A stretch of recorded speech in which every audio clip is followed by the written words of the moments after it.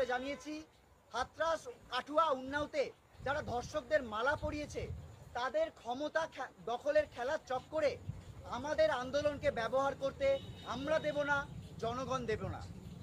এদেরই কিছুজন স্বতঃপ্রণোদিত হয়ে গত পরশুদিন রাজ্যপালের সাথে দেখা করে এবং মহালয়ার দিন জুনিয়র ডাক্তাররা অভয়ার জন্য তর্পণ করবেন এই ভুয়ো খবর মিডিয়াতে ছড়ানোর অপচেষ্টা করে।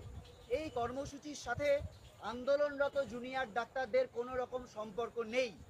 এই আন্দোলন বিভাজনকামী কোনো রাজনীতিকে প্রথম দিন থেকে প্রত্যাখ্যান করেছে, আগামীতেও করবে। জুনিয়র ডাক্তাররা যখনই বিজেপির বিরুদ্ধে কথা বলতে শুরু করেছে, অর্থাৎ বিজেপির বিরুদ্ধে বলতে জুনিয়র ডাক্তাররা যখনই দেশের অন্যান্য প্রান্তে ঠিক আরজিকরের মতো ঘটনা বা তার থেকে নৃশংস ঘটনা মহিলাদের উপরে ঘটে যায় এবং সেই ঘটনায় বিজেপি কিভাবে ব্যবস্থা নেয় সেই বিজেপি দলের নেতা নেত্রীদের বিরুদ্ধে, তার বিরুদ্ধে যখন জুনিয়র ডাক্তাররা মুখ খুলতে শুরু করেছে, তখন বেশ কিছু ইউটিউবার এবং বিজেপির নেতারা গরম তেলে পড়ার মতো অবস্থা হয়ে গেছে। অর্থাৎ তারা জ্বলে পুড়ে একসের হয়ে যাচ্ছে। অর্থাৎ বিজেপির সঠিক জায়গায় আঘাত লেগেছে।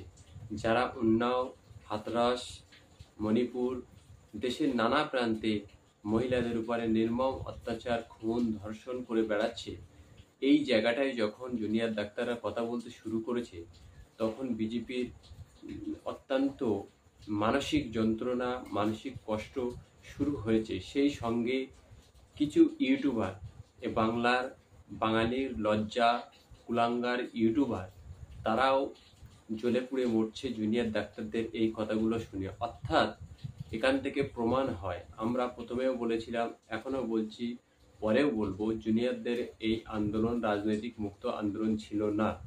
কিন্তু জুনিয়র ডাক্তাররা যখন হাতরাসের কথা বলছে, মণিপুরের কথা বলছে, উন্নয়নের কথা বলছে, লখিমপুরের কথা বলছে, গুজরাটের কথা বলছে, তখন কেন বিজেপির নেতাদের এত জ্বলন শুরু হয়েছে?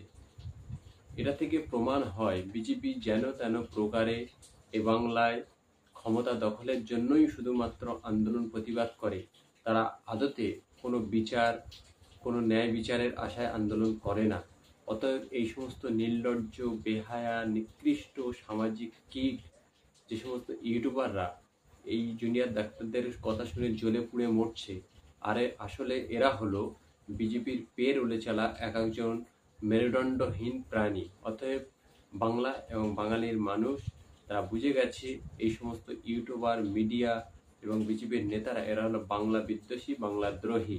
অতএব দর্শক, আপনারা বিচার বিশ্লেষণ করবেন এবং সঠিক জায়গায় সঠিক সময়ে ক্ষমতা প্রয়োগ করে বিজেপির মতো দেশদ্রোহী, বাংলাদ্রোহী শক্তিকে পরাস্ত করবেন।